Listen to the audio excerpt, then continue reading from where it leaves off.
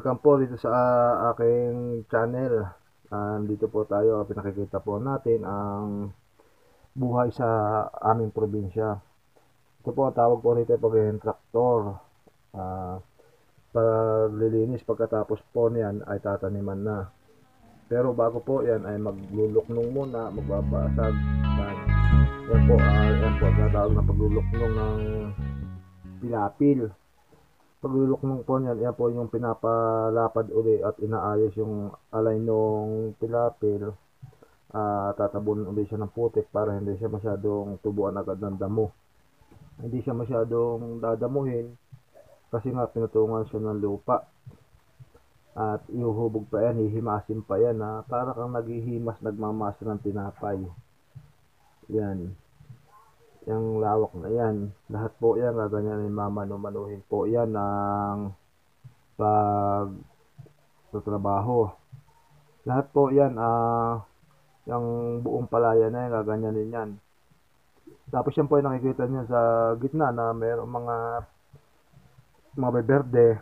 Yan po yung tinatawag natin na punla. Pagkatapos po niyan linisin,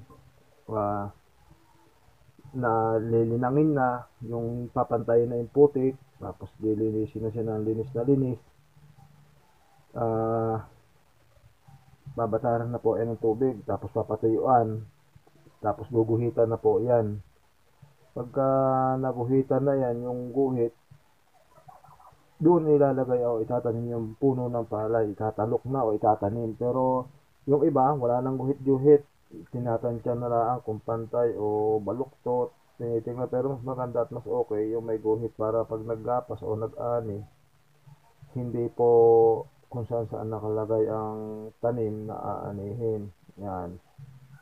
Yung gitna naman na yun, na malaking berdeng yan ay hindi pa naaarado o hindi pa inaayos, iba ang may-ari niyan.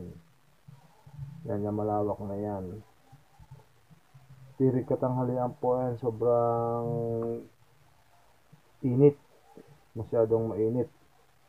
Kaya yan, magmula-mula may sama pa yata ng panahon. Wait lang, tingnan natin yung mga magtatrabaho, baka tutulog ng iba. Natuloy lang po ang trabaho. Yan po ay pagsisikap ng ating mga magbubukid dito sa amin. Mano-mano pa, pero meron na rin po rito paminsan-minsan nagre-repair o tinatawag namin halimaw. At meron na rin dito ang parmol na ginagamit. Pero kung wala ka naman pera, talagang mamano-manohin mo.